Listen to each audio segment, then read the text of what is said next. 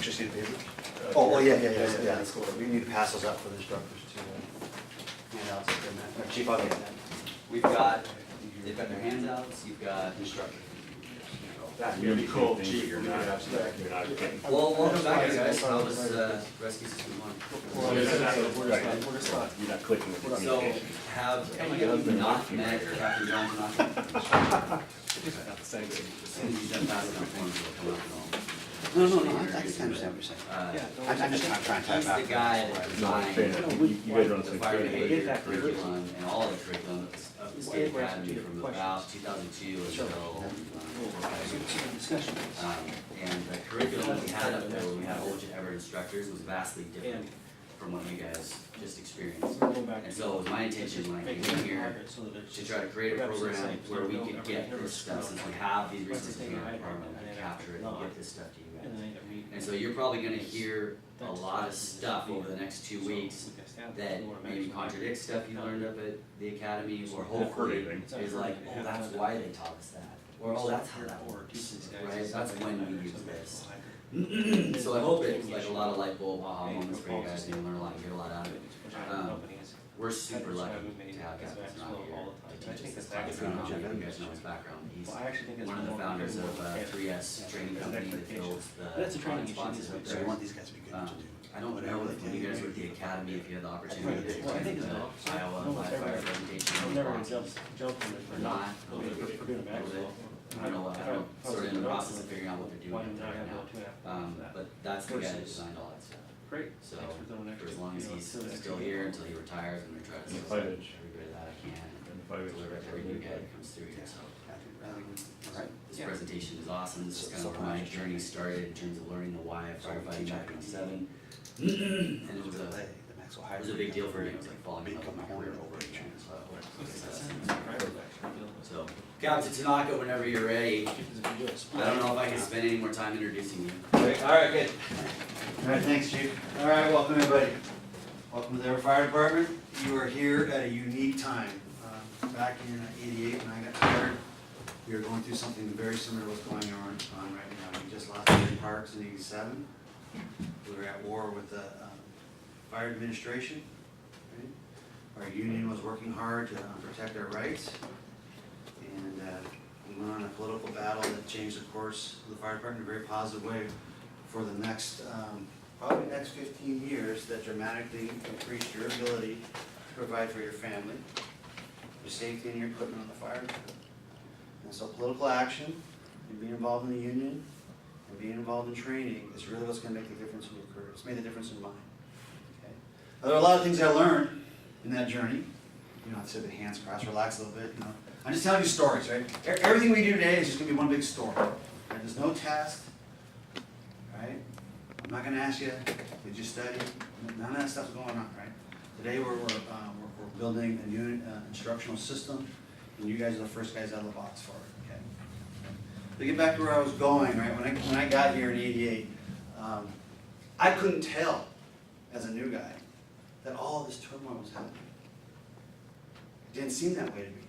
Right? Because you're here, you finally made it to the Everett Fire Department, you're finally on board this traditional, big reputation of firefighter. You guys should be proud of something that's going on right now. We are the busiest fire department per man in the state. You're going to be running over 24,000 alarms in a year out of 6 station locations. You're going to go out there and you're going to get your ass handed to you. Right? You got a lot of hard work coming. But you can take some pride in that when you're young and strong. It sounds really exciting. It did too when I came out. Man, oh, that's going to be exciting. Now that I'm old, I wish I was working at the airport. Okay, but I'm not. I'm here, right? And your body takes its toll, right? I'm 57. I've got a beautiful wife. I'm married to the same woman my whole marriage career. I got 2 kids. My son is in Italy right now on a moped. Just sent me a text on WhatsApp. Because it doesn't cost you any digital money when they're out of the country. These Italian girls are hella fine. And I say to him, wear your condom. Right? So, you know what I mean? Life trajectory changing decisions, right? Can really mess up your kids, right? And all that stuff. I also have a daughter, she's just awesome. She's decided to go to her own tribe which is kind of fun, listening to her perspectives on life, and we're having a great time with that. Okay, so my life is great, right? And I'm ready to retire, and I'm beat up, and I never thought I would be as beat up as I am. Right? It's hard for me to walk, and I remember being here, seeing these old guys that were here, because the fire department was old like it is right now, and like, going, that guy could barely get in the rig, and he's gonna tell me what to do. I'm working the fire ground. That guy can't even stay awake all day. He falls asleep. You could actually be talking to him at the table, and he might fall asleep. Right? We're that old again. Right? So how do we get that information to you guys? How do we take, for me, 28 years of traditional fire experience here in the Everett Fire Department, truck company, engine company operations, one of the most aggressive paramedic operations in the state going on here. We do aggressive medicine here. And how do we pass that on to you? Okay? And fortunately for me,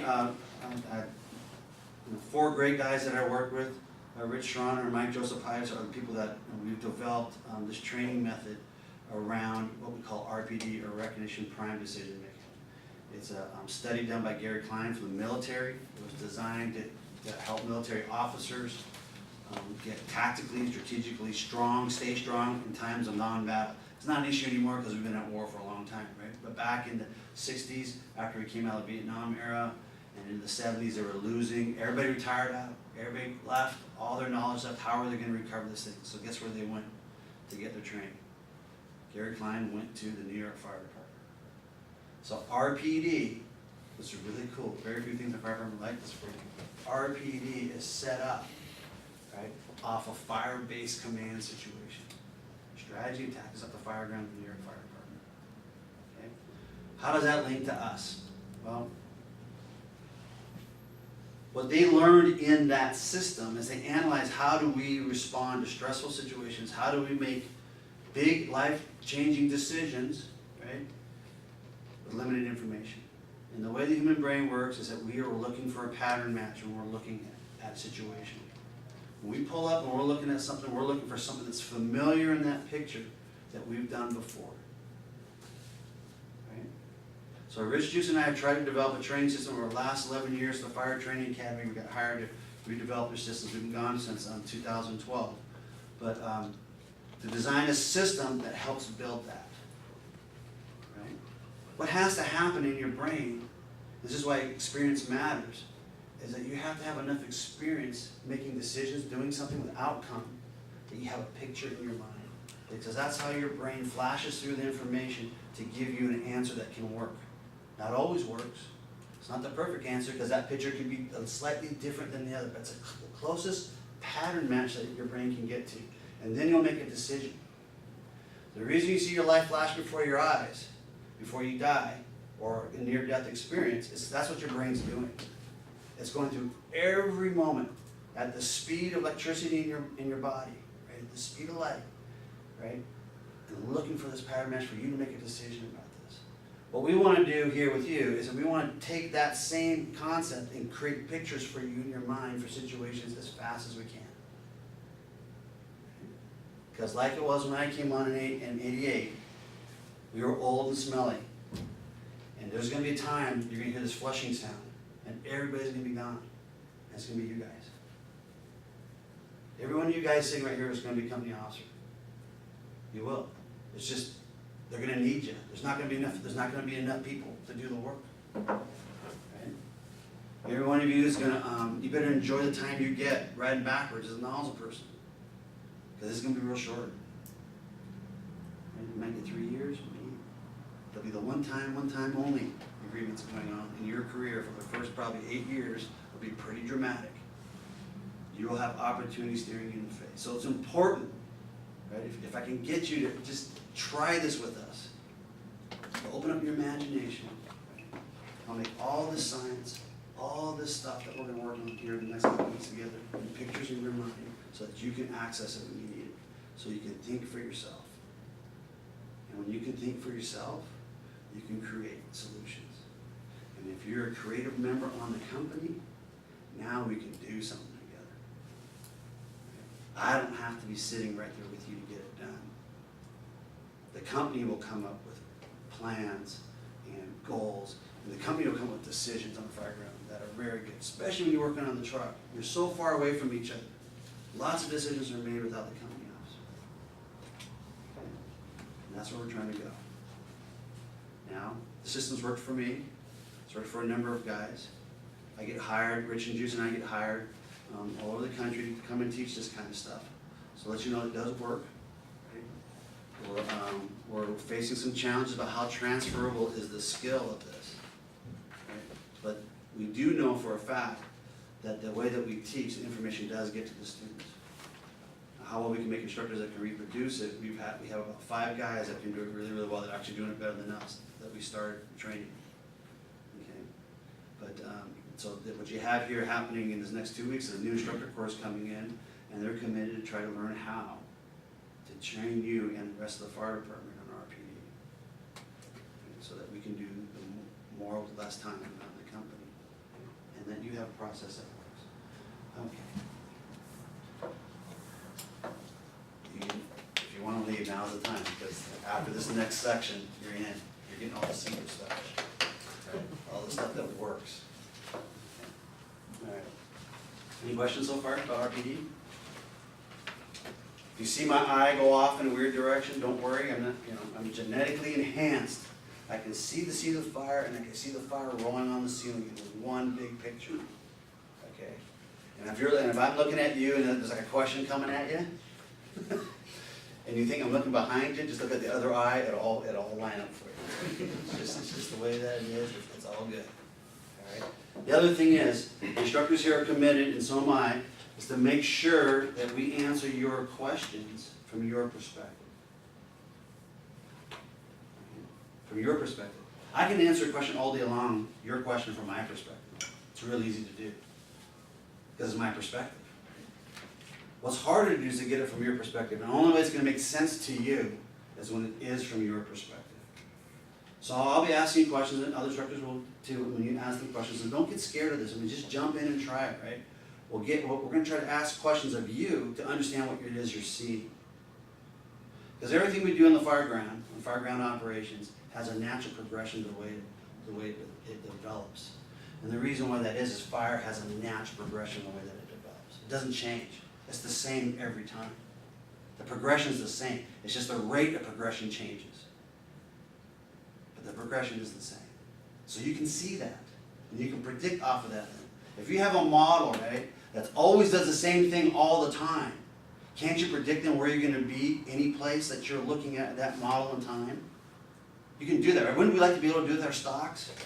I know, it always does this. Well, we'd be rich. We'd be firemen and we'd be rich. Right? But we don't have that ability with finance and stuff. But with firefighting, the fire behavior is always the same. All the NIST studies that are coming out now, they're just highlighting what fire has been doing since the beginning of time. They're just getting better at getting that information to us. So a lot of this stuff is going to be steeped in that perspective. All right, so my job then is to create today's fire behavior class in a way that allows you to see the numbers, to see the science. The reason we use science is for credibility and referencing. Right? It's not because we're trying to make it difficult. I got to get down into your brain at the cellular level that says, if that's referenced, and that means I can go find it. This guy is not just up there being large and in charge and pulling it out of his ass, tell me how it's going to be. There's nothing I'm going to teach you that is not referenced, right? And that builds the credibility. The numbers, you can get hung up in the numbers to the point where you're trying to memorize numbers. That's not what this game's about. This game is about making those numbers be a picture of your mind, an image. And sometimes it's just the number 4. I don't know, pick a number, whatever it means, right? But that image is going to mean something to you. But what I'm going to do today with all the stuff I'm going to work with you today is every one of these scientific principles we're going to talk about is going to be pictured in your mind. And the reason I want that is so when you're looking at the fire, you can go, it's going to, well, that's what it's doing, and this is what's going to do next. When you know that, then you can go, if this is what's going to do next, then I know what to pull. mechanical, I know what ventilation process to use to get this box under control for me and my crews before I go in. That's what you're trying to do with the information. You're not trying to memorize it, right? So it's just a story. Okay, so you ready to start the story, the fire behavior? Yes, sir. Oh my God. Okay. All right. I know this is kind of tough to see in here. So this is the same picture that's in your handout. Okay, I'm in the center box right here. We're gonna work on, and I'm gonna draw right here for you the training luge. Okay, it's an easy chair. Oops. Handle goes back, your feet go up. I actually know that. All right, and we're gonna start this fire in this thing. Right now. This is my fuel load in this room, a stuffed chair, okay? That's all it is, right? And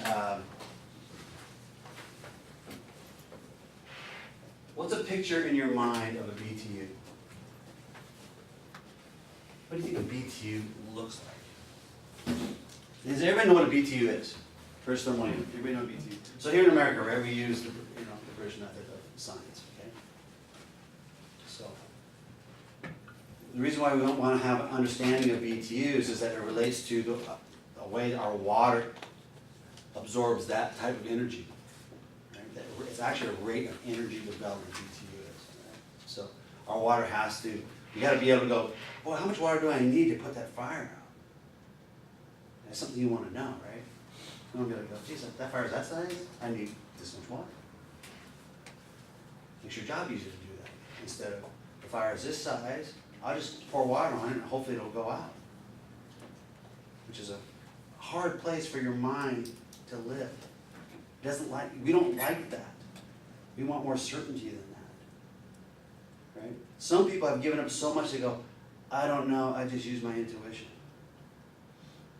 Which is bullshit. Right? Some people go, I just put the wet stuff on the red stuff. They go to small fires with a whole bunch of water. They don't care. Right? The fire's too small. It can be that easy for you.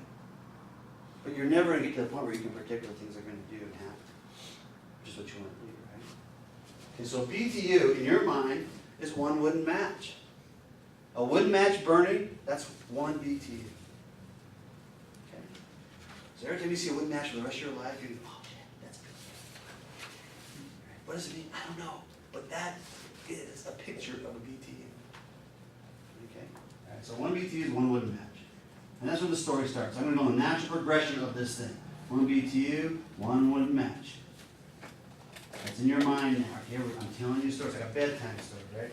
And that BTU, or that amount of energy, a certain amount of that energy, right? But when a substance, our Class A material, gets to 451 degrees, it could be different for different materials, right? So we're in a general sense. But the story goes, one BTU is a wooden match, common combustible start at 451 degrees, right? And that fire will ignite, okay?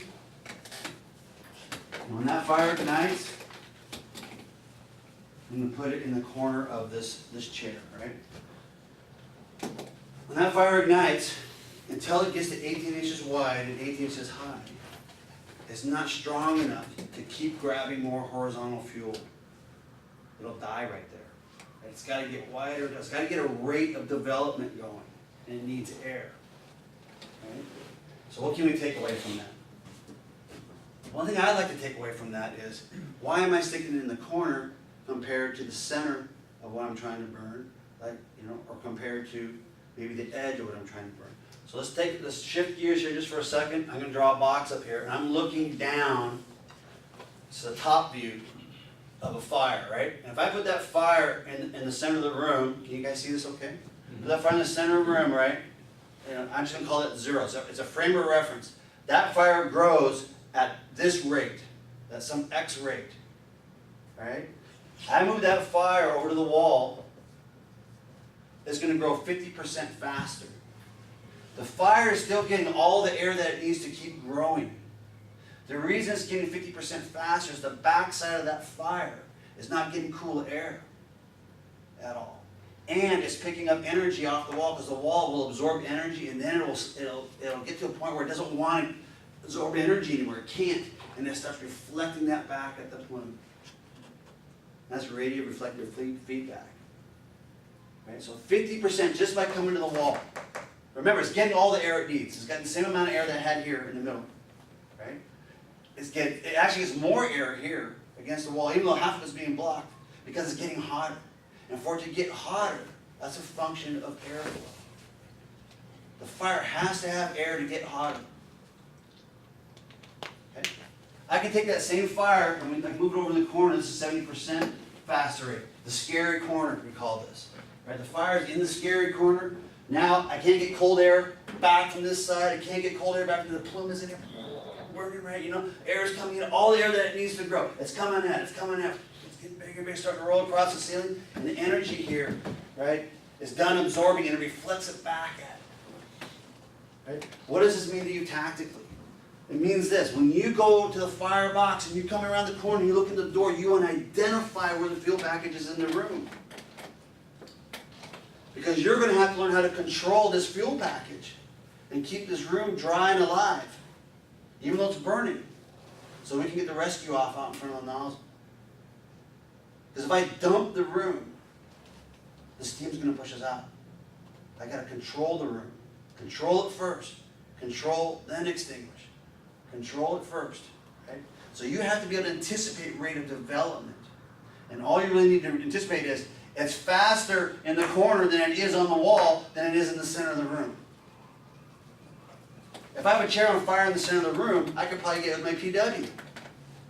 If I have a chair on fire next to the wall, if I'm very aggressive, get things under control real well, I can break the seat, PW. A fire in the corner with the PW? Not likely. PW, pressure water extinguisher. Right? Everybody know? Okay. If I say something you don't know the term is, please jump. You gotta go, hey, what's that? Okay. All right. That work for you? Yes, sir. So a piece of scientific information that's tactical now. That's an image for you. So when you look at the fire package that's burning, you're looking at where is it in the room. That's going to develop your senses around airflow and controlling airflow, controlling conversion space. Because at the end of the day, today, you will be experts in reading heat. What you're trying to do in reading heat, because it's the heat rate we're interested in. The changing heat rate. If this box is filling up with heat, I need to know that. Because it's going to move to flash over. Because when the room is done absorbing energy, it flashes over. That's what's happening in there. And right now, in that last example, the scary corner, the walls are done absorbing energy. And it's pushing it back to the plume. That's why it's making it grow fast. That's why it's sucking in more air. It can't grow unless it gets more air. More air is getting sucked in the room, and this thermal balance develops. Okay? That cold air coming in, hot goes to cold. The hot air in the room is going out to the cold. The cold air is coming into the bottom of the room, feeding the fire. The fire is bringing that in, sucking it into the corner. It's going out of the room. You want to be able to see this. This sounds really basic, and it probably is. But it's not basic when you've got the nozzle in your hand and you're looking at it and you're not looking for it. If I don't teach you to look for it, you won't recognize it. So I want you to look for that pathway of cool air coming in and that hot air going out. Okay? Alright, this is a PW fire. It finally gets 18 inches wide. And now it can start grabbing more fuel and start to grow. Right? The temperature in the room is growing. The air pathway to the chair is getting faster. Okay? And at 459 degrees, let's say,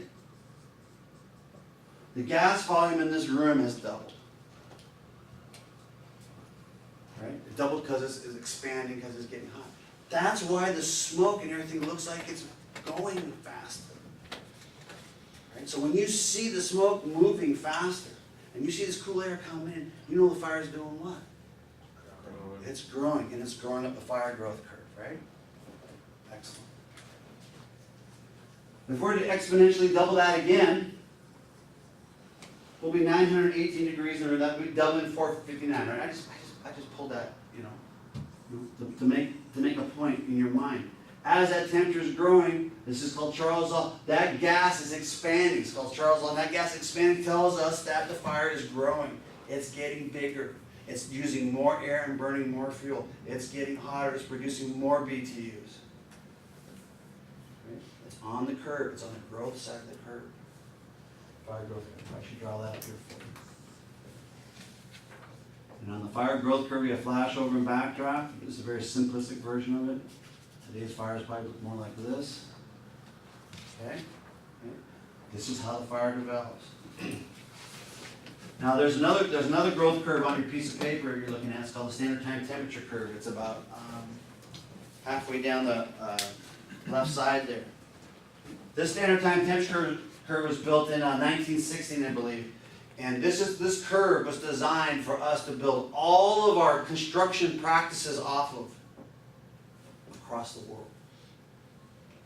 This heat development rate that is in that curve is what the sheetrock, the steel, glass, the doors, everything's developed on this test. Now, is this test how the real world reacts? No, this test is about how the building construction materials are impacted by heat. It's important to us because the building construction is what we're working with in controlling the fire. We're using water to put the fire out, but the building construction, that's the stability package that we're trying to assess. Can we work safely in this environment? That heat rate of development right here, right, tells us that in 5 minutes we can have 1,000 degrees at the ceiling. Right, that's the standard time temperature curve. Right? That's this one down here. Right? That's for a 1 hour fire. Now that doesn't mean it's been burning 1 hour. But in a 1 hour fire, right, you'll get over 80,000 BTUs in a 1 hour fire. In the standard time temperature curve test, in that 1 hour fire, that fuel load, right?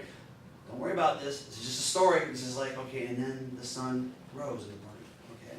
I'm just keeping everything in line for you. All right? That rate of material says in 5 minutes we'll be 1,000 degrees at the ceiling. And we use this thing to measure the strength of building structure materials. Okay? Alright. So 1,000 degrees at the ceiling, this fire may not be touching the ceiling, but we'll have 1,000 degrees temperature at the ceiling. Right? We'll have smoke developing in this fire, and it'll be laminar smoke. Right? We'll talk a little bit about what laminar smoke looks like. Laminar smoke isn't tumbling. Alright, so all what's happening in laminar smoke is that the energy, the heat that's in the smoke, and this convected energy, smoke is your convected energy, right? That heat is being absorbed into the box. That's why it's staying laminar. Isn't that cool? Now here's how it's really cool for you. So if it starts to tumble, what's the box done doing? Heat. Right? So when that smoke starts to roll, get violent, and start dropping in the room, the ceiling's done absorbing heat.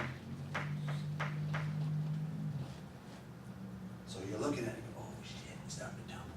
It's done absorbing heat. Now you don't bail out, and oh God, it's done. No, that's not where we're at. But you're finding out where you're at in the fire growth curve. You're still before flashover, you're still in the growth stage. Right? But it's moving closer to flashover. This flashover looks like tumbling, rolling, black, hot smoke to the floor. Coming out of the opening, top to bottom. That thing is going to flash next. Okay? That's hard to see when you're in the middle of it. I'm going to show you how to read that. Right? Okay. So, with that temperature in the room, 1,000 degrees in the ceiling, this is predominantly CO, right? And the box is done absorbing energy. The smoke starts to tumble. Can you see this okay? Sorry about our low tech, our AV stuff is not working, but we're gonna, this is old school for me, this is how I used to do it. Just like this, alright?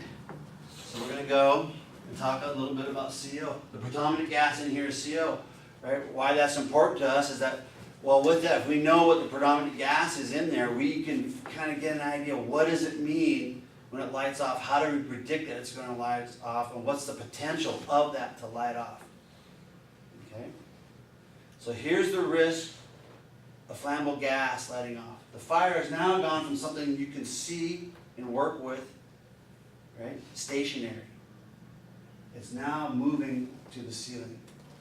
And from this scary corner, it's taking the shape of this box. So what you had before the ceiling was full of energy, your enemy was just in the corner.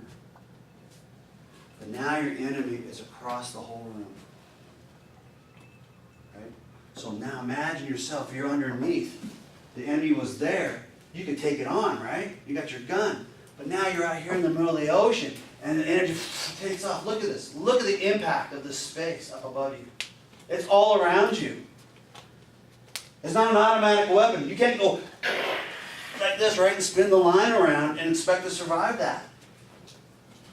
We got to catch that before it lights off. Okay? But that's the danger you have. So where does it light off? This thing lights off at about 12.5 to 74% fuel to air. That's the flammability range of CO. And that flammability range will give you about 323 BTUs per cubic foot. Right? Per cubic foot. The fire has gone from something that's not, it's 3D kind of, but it's over in the corner to where it's 3D in the shape of gas. And flammable gas is a very difficult firefight for us. Okay? All right, so that's a lot of potential energy. What does that light off at? Depending on what book you're reading, we're going to use 1174 in this class, because that's the one that I remember. 174 degrees Fahrenheit, right? It could be 1203 if you're reading Clark's. It might be 1,000 degrees in IFSTA. You guys just do your IFSTA test. It's 1,000 degrees in IFSTA for CO. You remember? Do they have that one? Don't worry about it. Just get your mind working. All right? Remember, it's just a story. So the story is, right, remember? Wouldn't match, 451. Ooh, let's get big enough to get big. Let's get big. Uncle Charlie shows up. Charles Law shows up. That means the gas is starting to roll and it's expand out of the room. I'm looking, is it laminar? If it's not laminar, it's tumbling. When it's tumbling, that means the roof is done absorbing energy. It's starting to tumble, starting to press heat down. It's going to light off. It's going to light off. It's going to light off between 12.5 and 74%. That's huge.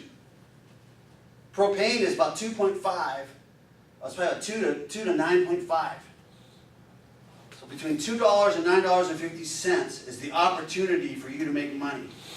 All right, over here, the opportunity for you to make money is between $12.50 and 74 cents. Isn't this a nicer opportunity to make money right here? Is that clear? This also means this is a bigger potential for it to light off. This has a higher ability to light off than propane. Why propane that gets your attention so much when you're barbecuing and stuff? The cubic foot BTUs of propane is 2,500 BTUs per cubic foot. This is 323. That's why it's whoa. You notice it. And your eyebrows start to curl a little bit. Right? Okay. Right? So propane, you wouldn't crawl around in. But CO, fire industry, the fire profession has made a practice of swimming in this fuel. Fuel that is surrounding us. Fuel that will definitely kill us. Because our gear is not set up to protect us from flashes. The gear you wear is not flash or protection gear. There is none. Not that you want to carry around and work in structural firefighting. Because they think you're smart enough. Well, why are you crawling around in Florida sealing smoke? And why? What's alive in there? Do you know the ideal H is for CO? 1,200 parts per million. That's not very much. That's why people die of smoke asphyxiation. Thankfully, usually before they burn to death. Right? So we want to get this stuff out of here. All right, so that thing keeps growing, right? The fire turns, and when this fire turns, this fire can roll. First of all, when it ignites, it's rolling. Right? And this fire is rolling at 6 to 12 inches per second. Right? The 100-yard dash is 30 feet per second. Rollover is 1 feet per second. Did I put that in your mind? You guys know what the 100-yard dash is anymore? Is it something different now? Okay.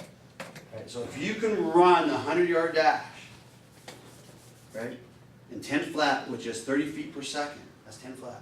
That's, that used to be the world record now, everyone's getting below that. You need to be in Rio right now, getting poisoned by all the water and everything. Because you can go there and get your gold medals, and I promise you, Everett Fire will still be here. And you can come back and be fireman after you got your gold medal. Okay? It's very possible. Especially if you can do your bunker gear. Think of that. How fast you are if you can outrun flashover. So are you going to outrun flashover? We're not going to outrun flashover. Nobody here is. Okay? All right.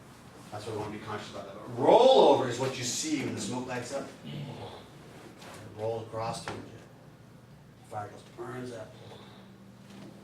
And you you see it rolling, this big meat of fire coming to you. You just open up the stream and you go, and you hit that thing, and it goes back. Okay? You open up your stream, you go, and it doesn't go back, you go, oh shit, I don't have enough water. That's what you say. But the reach of the stream is close to 50 feet. That's a lot of room to recover from a mess up, isn't it? All right, so this thing ignites, starts to burn, right? The smoke is burning. Now we got fire across the ceiling, right? And this is getting, of course, while that was going on, we had more and more smoke developing, right? It's becoming more incomplete in this combustion, but it's still burning. Is this area starting to warm up in this picture? Yeah. It is, and you can see that, right? So before it turned to flame, it was probably cooler under here. Is that reasonable to assume? And then when it turned to flame, it started to get hotter underneath here. So there's a temperature change going on. Getting down to zero visibility, we got fire on the ceiling. Right? We roll at 6 to 12 inches. Second for rollover.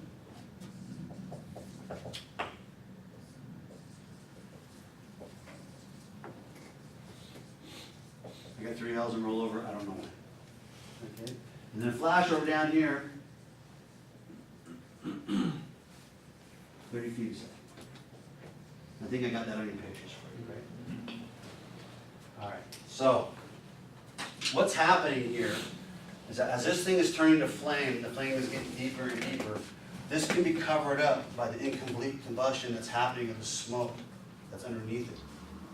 Right? It hasn't gotten the temperature yet in the smoke, but it's rich. It's rich. And so as this is starting to burn away, we're getting closer to having the right flammable range, and the temperature is coming up. That temperature is coming off of this flame up here, this convected energy that's now turned to light source energy. So before we went to smoke, we like to call it the convected energy from the sea. Okay? And about 40% of the fire's energy is in that convected floating around. So if you're going to take, remember how percentages kind of work right there in relationship to other things, right? So as a fire, we just say 100% of the fire's energy, right, is the radiation, convection, conduction. Basically, when do you find that? 100% of fire's energy is real simple. When you fall in it, let's say you're at a bonfire and you're standing on top of the pallets and you actually fall into the fire pit, that would be 100% of the energy. I've actually seen that happen at a graduation party for recruits at the State Academy.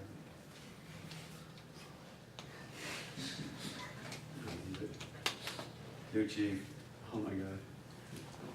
You didn't get hurt, you rolled out of it. Because intensity, duration, area matters. So what matters, right, is how long you're in the heat. How long you're in the heat, okay.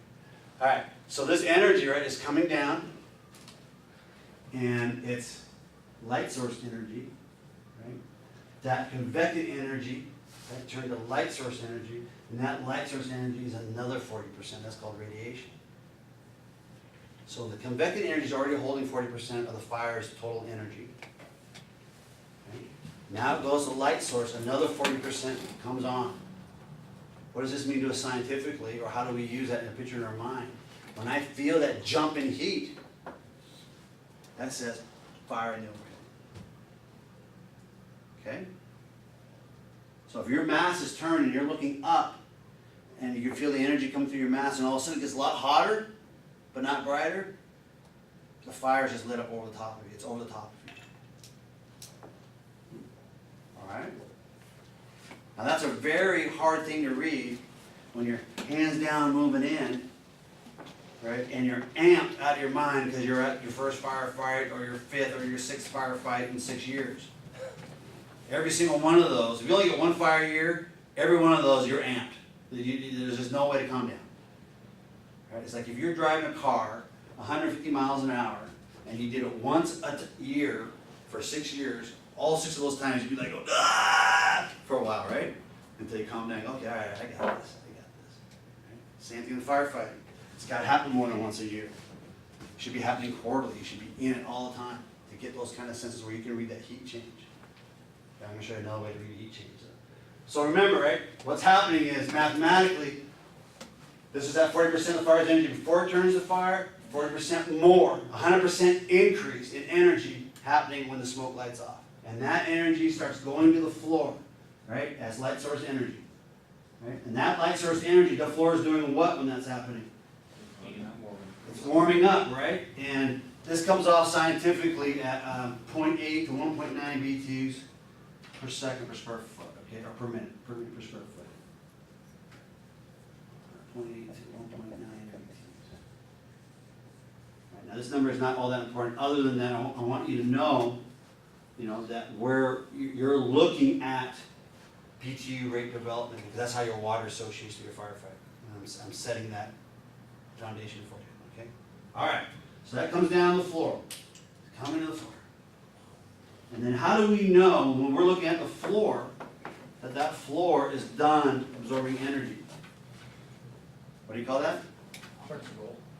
Okay, that's the smoke rolling, right? When we're looking at the floor, you're looking at the carpet, you're looking at the wood floor.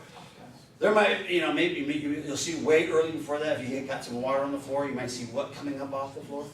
Right, some condensation coming off the floor, some steam maybe, right? And then, it'll keep heating up, and then you'll start seeing what?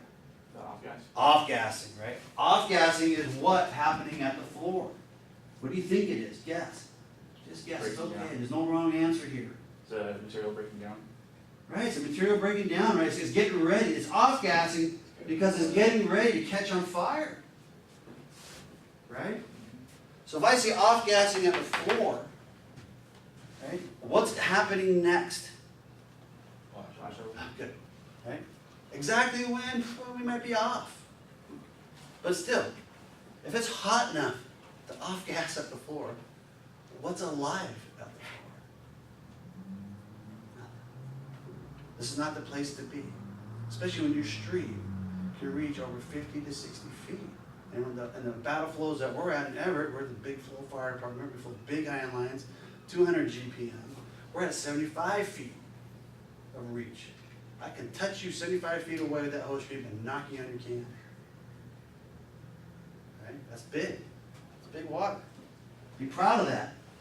You go and drink beers with your friends, you go, how much water do you flow? How much fire can you fight? How much fire can you put out? You guys will be able to say. By the end of tomorrow, you're going to be able to say. And you're going to win beers with your friends. You will never go hungry again.